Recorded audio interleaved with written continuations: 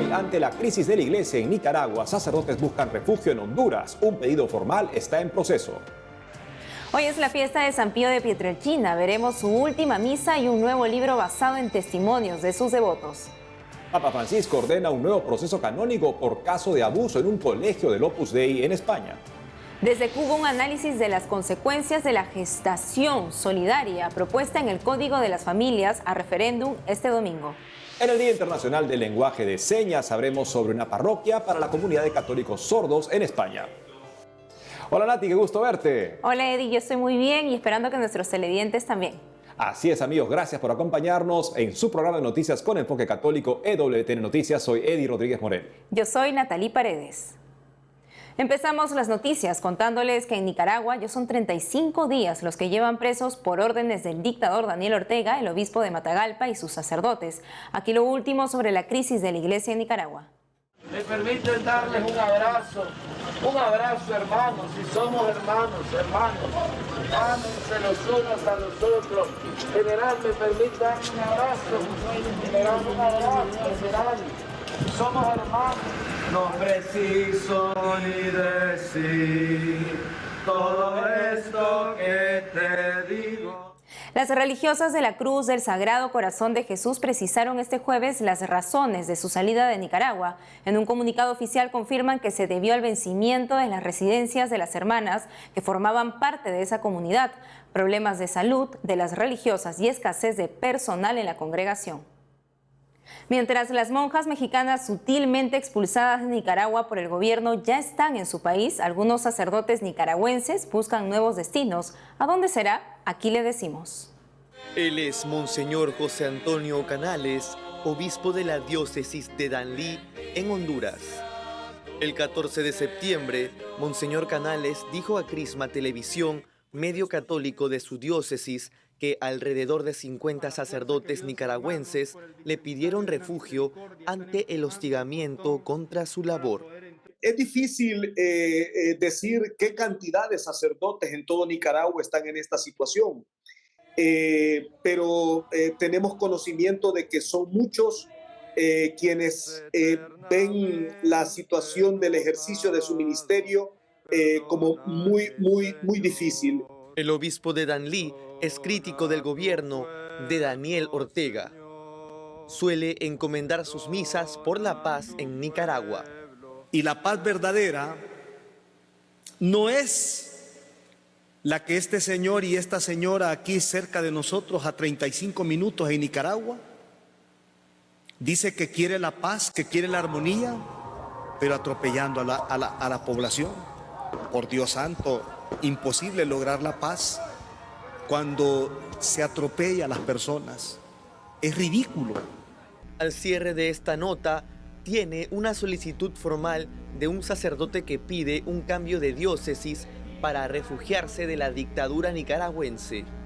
En mi diócesis tengo una solicitud formal de un sacerdote nicaragüense que no hay manera, según me ha expresado él, de poder continuar en Nicaragua ejerciendo normalmente el ministerio sacerdotal. Por seguridad del sacerdote solicitante, Monseñor Canales no puede revelar la identidad del presbítero que busca refugio en Honduras. Indicó que el régimen orteguista podría tomar represalias contra los familiares del sacerdote nicaragüense. Yo estoy en un país donde yo puedo hablar tranquilamente y decir lo que me parezca, pero tengo que pensar en que estoy refiriéndome a personas que viven una situación que creíamos ya superadas en América Latina, pero lamentablemente estamos en Nicaragua como retrocediendo a los años 50. Danlí es una ciudad del departamento El Paraíso en Honduras. Está a poco más de 30 minutos en auto de la frontera con Nicaragua. ¿Por qué los sacerdotes nicaragüenses buscan refugio en Honduras? Nosotros a un sacerdote que quiera venir a este país, pues vamos a darle lo mismo que le damos a cualquier otro padre que ejerce el ministerio aquí, ¿verdad? En la diócesis. Una vida digna. El obispo de Danlí dice estar dispuesto a recibir a los sacerdotes nicaragüenses. Yo estoy dispuesto porque conozco mi pueblo y es un pueblo muy generoso, es un pueblo muy abierto a la bondad. Lo ha mostrado con la cantidad de migrantes que entran por aquí hacia el norte del continente. Entonces conozco mi pueblo y al conocerlo sé que a ningún sacerdote que venga, por más grande que sea la cantidad, le va a faltar lo indispensable para vivir dignamente en la diócesis de Danlí. Entre agosto y septiembre, el régimen de Daniel Ortega ha desterrado de Nicaragua a 2 congregaciones que servían en Matagalpa, las Misioneras de la Caridad y las Hermanas de la Cruz del Sagrado Corazón. Bajo el cargo de desestabilizar al gobierno, 4 sacerdotes, un diácono y 2 seminaristas de Matagalpa pasan cárcel mientras son investigados. Y el obispo de la diócesis permanece con arresto domiciliario.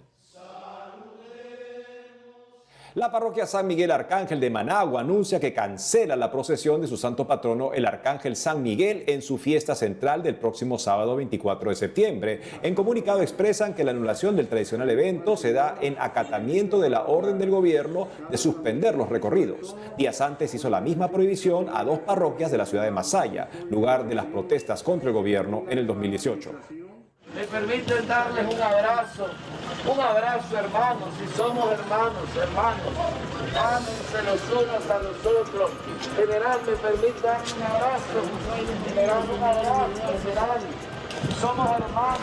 No preciso ni decir todo esto que te digo. Ahora las noticias de la Iglesia en España con nuestro corresponsal Nicolás de Cárdenas. Saludos desde el Principado de Asturias al norte de España. El obispo de Bilbao, Monseñor Joseba Segura, anunció que el Papa Francisco ha ordenado la realización de un nuevo proceso canónico por un caso de abusos ocurrido en un colegio que forma parte de la obra corporativa de la prelatura del Opus Dei. Los hechos denunciados se remontan a 2009 y 2011. Tras un largo proceso judicial, el Tribunal Supremo condenó en 2020 al profesor José María Martínez Sanz a 2 años de prisión, pero al ser su primera condena y no superar los 2 años de pena, no llegó a ser encarcelado. En una nota informativa se especifica que el Santo Padre tuvo conocimiento en diciembre de 2014 de las denuncias de abuso contra José María Martínez Sanz, miembro numerario del Opus Dei y profesor del Colegio Gaztelueta. El obispo de Bilbao asegura que con este proceso se pretende depurar responsabilidades y ayudar a sanar heridas producidas. La prelatura del Opus Dei ha explicado que el Tribunal Supremo rebajó la condena de 11 a 2 años de prisión al apreciar una insuficiencia probatoria y un discurso valorativo en el proceso. Al tiempo subraya que en el año 2015 la Congregación para la Doctrina de la Fe realizó una investigación que concluyó con la inocencia del profesor. El maestro condenado por la justicia secular, enterado del nuevo proceso canónico, se ha mostrado dispuesto a colaborar con la Santa Sede. Por otro lado, el Tribunal Supremo ha confirmado la condena por abusos sexuales a 30 años de prisión contra un hombre que fue expulsado del estado clerical por el Papa Francisco en 2019, al negarse reiteradamente a cumplir la pena canónica impuesta.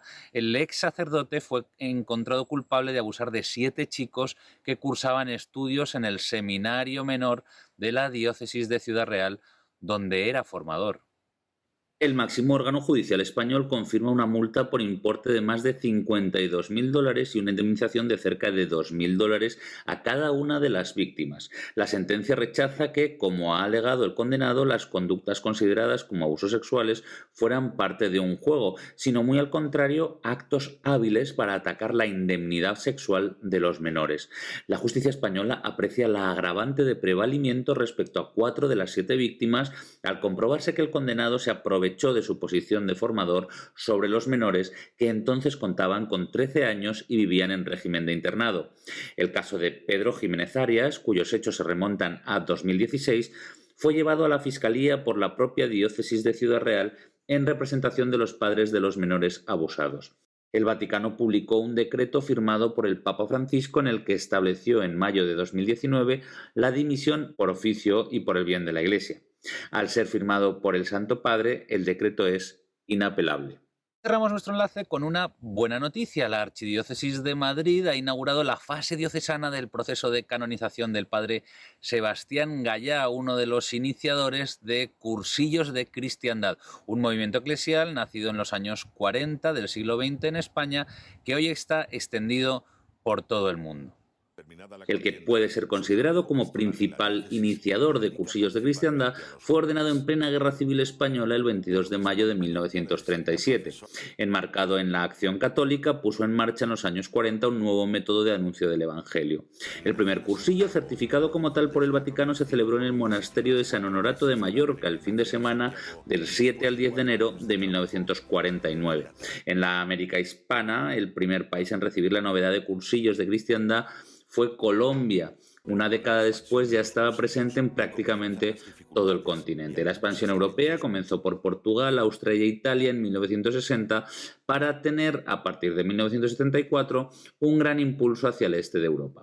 La llegada de cursillos a Asia se hace a través de Filipinas desde los Estados Unidos en 1962. En África, el movimiento ha llegado a países como Angola, Mozambique, Tanzania, Nigeria o Togo. Desde España, Nicolás de Cárdenas, EWTN Noticias. Hoy la Iglesia Universal celebra la fiesta de San Pío de Pietrelcina, un santo franciscano italiano al que se le atribuyen muchos milagros y sanaciones, conocido también por cargar los estigmas de Cristo. Veamos ahora un pasaje de la última misa del Padre Pío pocas horas antes de morir, el 22 de septiembre de 1968.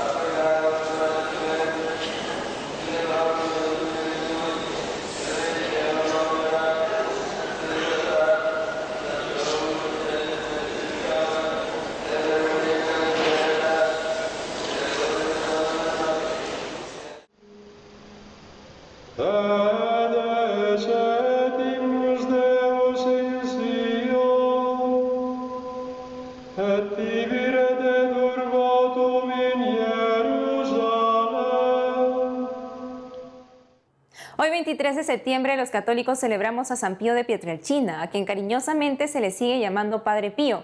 Fue sacerdote italiano de la Orden de los Hermanos Menores Capuchinos, se hizo célebre por haber obrado milagros en vida y por los dones extraordinarios que Dios le concedió.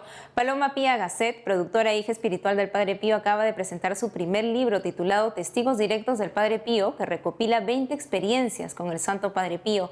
Ella está conectada con nosotros desde Madrid, España, para hablarnos sobre todos los detalles de esta obra. Paloma, un gusto tenerte con nosotros. Dinos, ¿por qué le tienes devoción al Padre Pío? Bueno, pues así es. Soy hija espiritual del Padre Pío desde hace ya pues unos cuantos años y bueno, pues ha sido un recorrido muy impresionante, una vida con él ya desde hace pues eso, muchos años. Y bueno, pues este recorrido ha dado fruto pues a testigos directos del Padre Pío, este libro tan imprescindible en su obra, ¿no? Coméntanos por qué escogiste hablar sobre el Padre Pío a través de testimonios. Bueno, pues porque en el año 2010, la primera vez que yo viajo a San Giovanni Rotondo, tengo una serie de entrevistas con testigos del Padre Pío para otra obra que era para un libro que elaboró José María Zabala. En el 2018 también tuve oportunidad de entrevistar a otras personas para la película El misterio del Padre Pío. Entonces, hubo mucho material que se quedó pues en el cajón. Entonces, este es el libro, o sea, Testigos Directos del Padre Pío es eso, es una recopilación de todas esas entrevistas que yo he podido hacer, por ejemplo, al Padre Amos, que estuvo 26 años confesando con el Padre Pío, hijo espiritual de él, a Sor Consolata, la primera monja que el Padre Pío se llevó a Casa Solievo, al hospital que él fundó, a Paolo Covino, el fraile que le dio la extremaunción al Padre Pío y que pudo recoger todas sus pertenencias y se dio cuenta que vivió con un santo. Bueno, a más personajes que fueron testigos directos, nunca mejor dicho. ¿Qué testimonio fue el que te impactó más? Pues la verdad es que hay muchos, pero sería dejar a todos, o sea, si digo uno, dejo fuera al resto, ¿no? Yo creo que cada uno tiene como su impacto, ¿no? Porque el Padre Pío toca a cada uno en su corazón y no sé, hay uno que pues sí me impactó mucho, por ejemplo el de Angelina, ¿no? La hija espiritual del Padre Pío, que su tía fue la que vio al niño Jesús de carne y hueso. Es una anécdota muy bonita, ella lo cuenta en el libro, es preciosa. Me impactó mucho porque Angelina pues, es una hija espiritual del Padre Pío muy especial, a la cual tengo mucho cariño y mando un saludo muy fuerte. No sé, hay muchos testigos, hay que leerlo.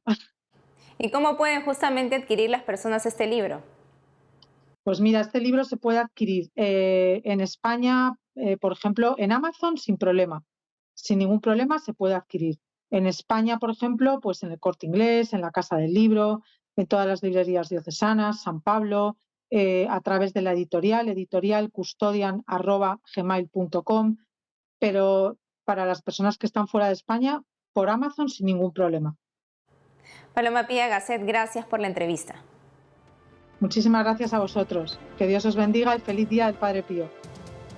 Feliz Día del Padre Pío. Nos vamos a una pausa y al volver, desde Cuba, un análisis de las consecuencias de la gestación solidaria propuesta en el Código de las Familias a referéndum este domingo. En el Día Internacional del Lenguaje de Señas sabremos sobre una parroquia para la comunidad de católicos sordos en España. Ya regresamos con más noticias con Enfoque Católico.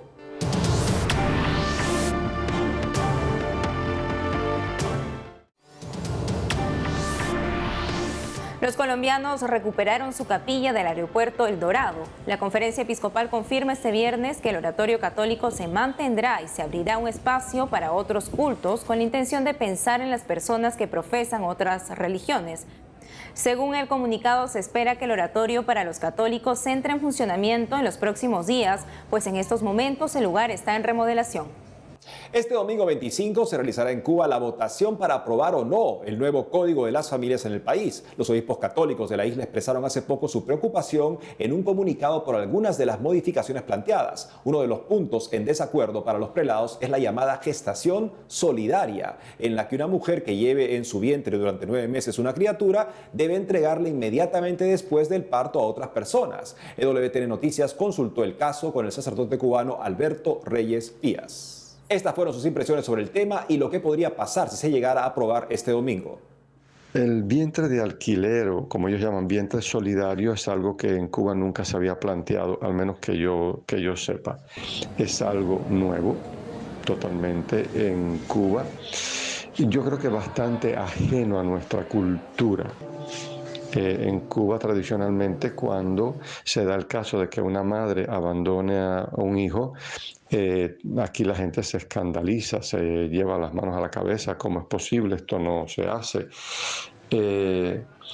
Por tanto, yo creo que esto es bastante contrario a la cultura y a la tradición de este pueblo.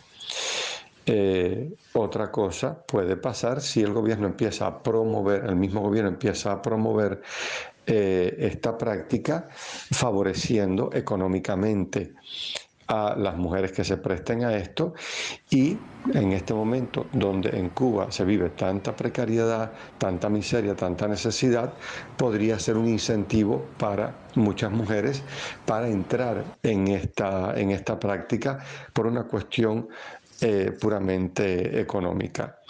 Pero de momento es algo muy, muy ajeno a nuestra mentalidad y a nuestra cultura. El documento que será sometido a votación popular este domingo 25 en Cuba sostiene que la gestación solidaria solo se realizará por motivos altruistas y de solidaridad humana, más no económicos. Para el sacerdote cubano Alberto Reyes, esto no tiene nada de altruista y habló sobre el valor de un hijo. Yo desgraciadamente desconfío cuando el gobierno dice que el objetivo del código es meramente altruista. Este gobierno no es altruista y, como ya he dicho, no le interesan las familias. Si le interesaran las familias, habría hecho muchas otras cosas en favor de las familias, empezando por ayudar a las familias a mejorar su situación habitacional, que es desastrosa, y hubiera hecho políticas para que la familia no se separara como ha tenido que separarse. Por tanto, no creo. Creo que detrás de esto hay muchos intereses que de momento no sabemos quién está detrás. Yo creo que con los hijos, con los niños, ni se juega, ni es algo que está bien mercantilizar. Un hijo es un don, no es la satisfacción de un capricho.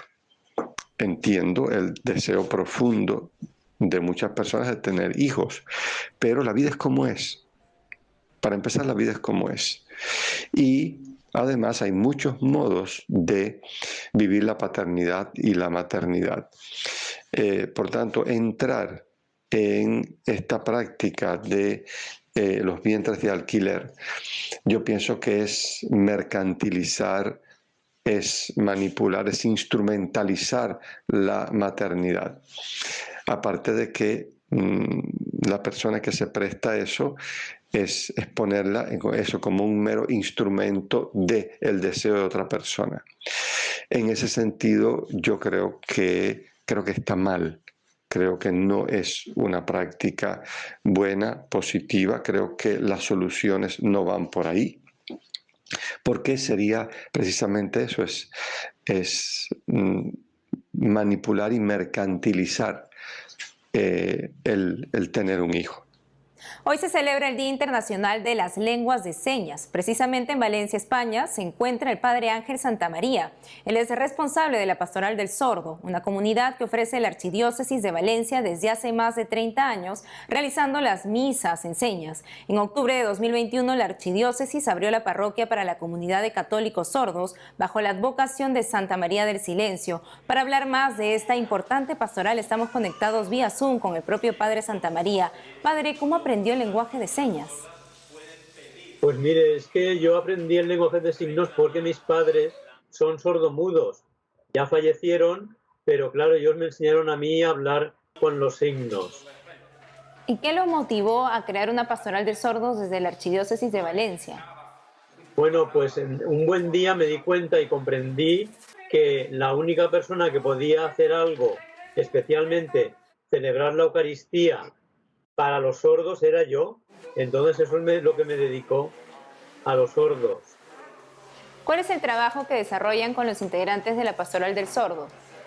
Bueno, lo fundamental es la Eucaristía dominical, pero también hacemos una sesión de atención, de estudio de la palabra de Dios, traduciéndola al lenguaje de los signos, y también hacemos un cursillo especial para enseñar a las personas oyentes a hablar con signos, además de celebrar los sacramentos de matrimonio, la penitencia, etcétera. Cuéntenos sobre la nueva parroquia para la comunidad de católicos sordos. Las personas que tienen esta condición, ¿en qué horarios podrán participar de las misas? ¿Se transmiten en vivo? La parroquia está abierta a cualquiera y habitualmente está todos los días abierta, y cualquier persona puede acercarse o bien llamar por teléfono para contactar con nosotros. Es la parroquia de Santo Tomás Apóstol, en Valencia. Padre, ¿cómo ha sido la acogida de parte de las personas que tienen esta condición? ¿Qué le han dicho a usted? ¿Qué me han dicho? Bueno, pues están todos muy contentos. O sea, que es que para ellos fue un descubrimiento. Cualquier descubrimiento, por ejemplo, casarse entendiendo lo que está ocurriendo, poder confesarse sin recurrir a escribir las cosas y tener un trato mucho más personal. Ellos están muy contentos y muy bien. Padre, ¿por qué es importante que las parroquias de los demás países cuenten con una pastoral que ayuden a las personas que no escuchan? Bueno, es importantísimo porque estas personas están aisladas, no solamente a nivel religioso, sino a cualquier nivel comunicativo. viven aisladas y es muy importante que nosotros, los que oímos, les transmitamos toda la riqueza del lenguaje, claro. Padre Ángel Santamaría, gracias por la entrevista. A vosotros, muchas gracias. Athena, reconocida cantautora católica argentina, ha sido nominada a los premios Grammy Latinos 2022 en la categoría Mejor Álbum Cristiano por su reciente producción discográfica Alfa y Omega. Nos despedimos con Alfa y Omega, uno de los temas de la producción.